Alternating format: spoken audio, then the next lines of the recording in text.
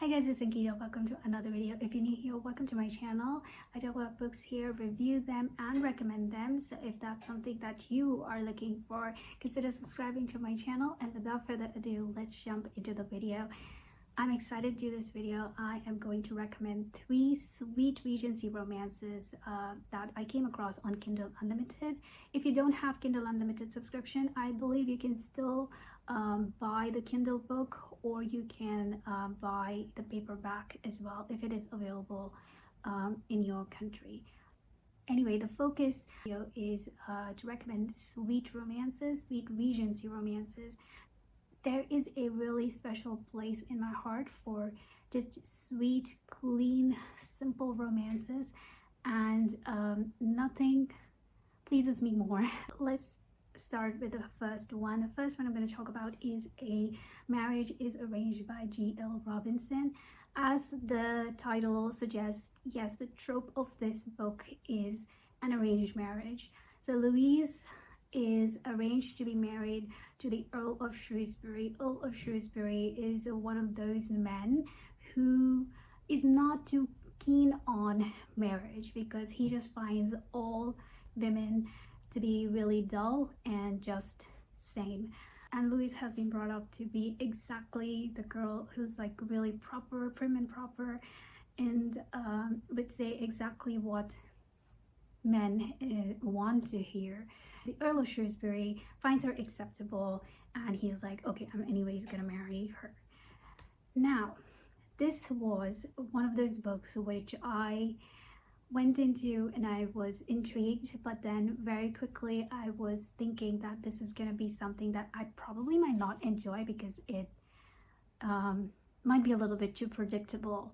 However, it was Louise who made me kept going. She has a very amusing and creative outlet, so that made for a really enjoyable experience.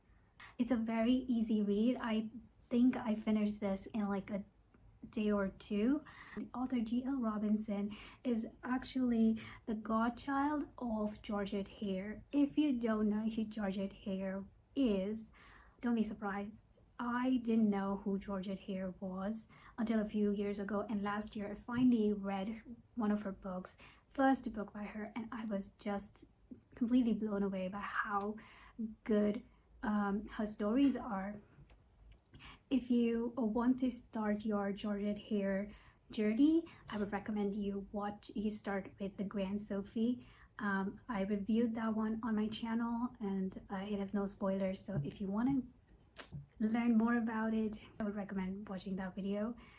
But yeah, so the author is godchild of Georgette Hare, totally inspired by her, and you can see that in her writing. The second book that I'm going to recommend is the first book by the author, so it's a debut book, and I could not believe that it is so well written. And that one is Miss Fleming Falls in Love. This is a total romantic Regency novel, so fun. Okay, this one we follow Amelia and Earl of Langley. Amelia's father was a gambler. He lost a lot of money and he owes a debt to Earl of Langley. And now that her father has died, tragically died, her brother has inherited that debt, and it's considered to be a debt of honor. But Amelia and her brother, they don't have that kind of money to pay back the debt. Now, Amelia is a very responsible adult. She basically runs her estate, and she takes care of the household. She takes care of all the finances. Her brother is like her father, who, you know, he's into gambling, and he feels like one day his luck will turn and they'll have money. And Amelia is really at her wits' end.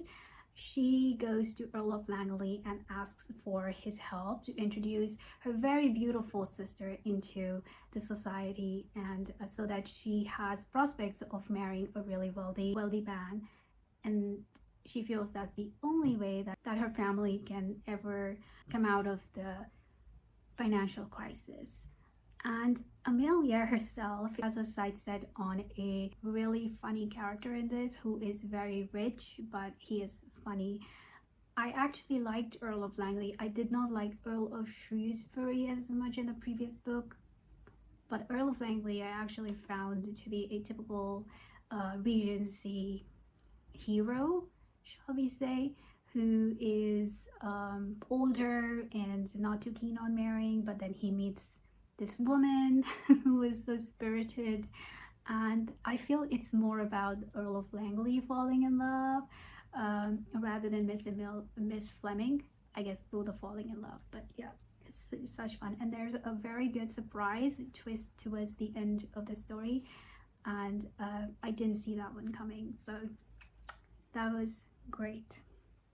This is also a super breezy read, easy one. The author Emma Melbourne, she is also inspired by Georgette Heyer novels, and you can see it in this one, especially in the characters. I really did love the characters in this one.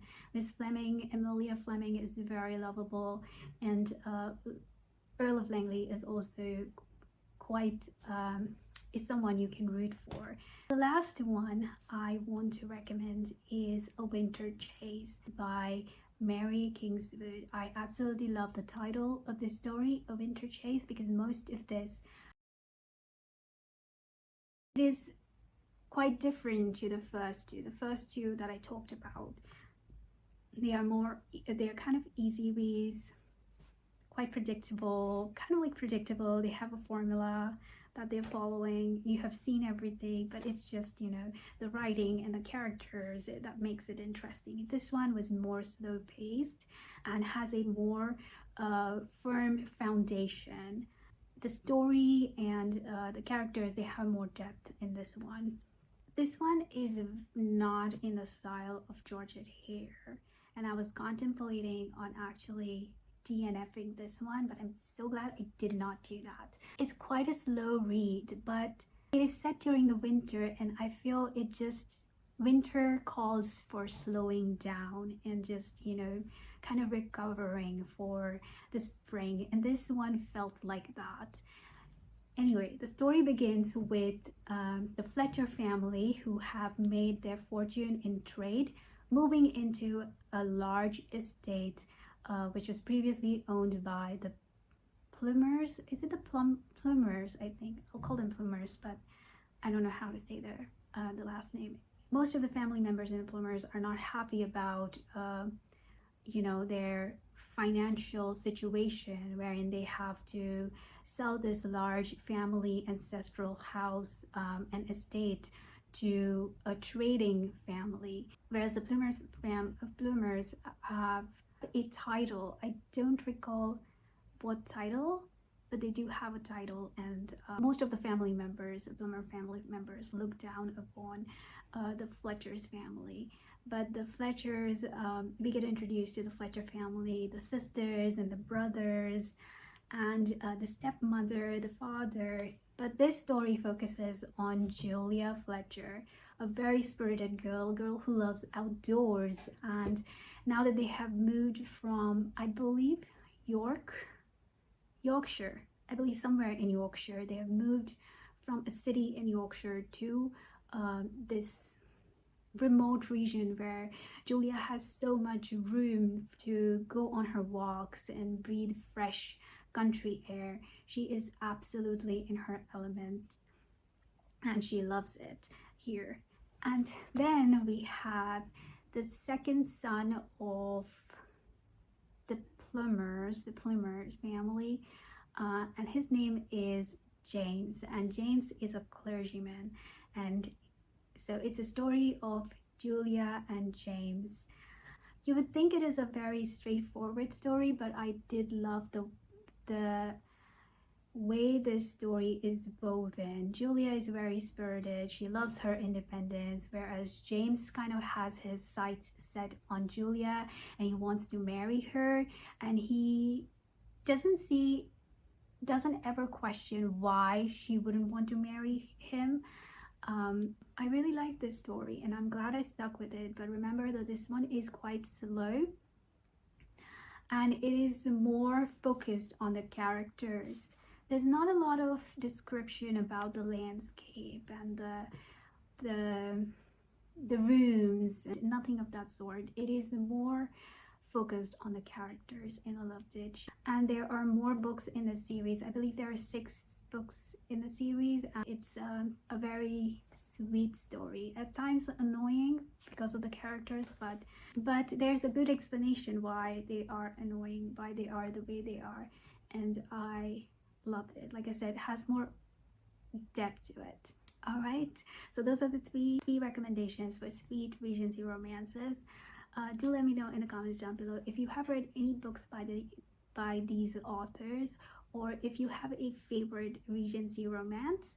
Also, let me know if you would like me to make more videos about Regency romance, recommending Regency romance, or reviewing Regency romances. I am curious to know.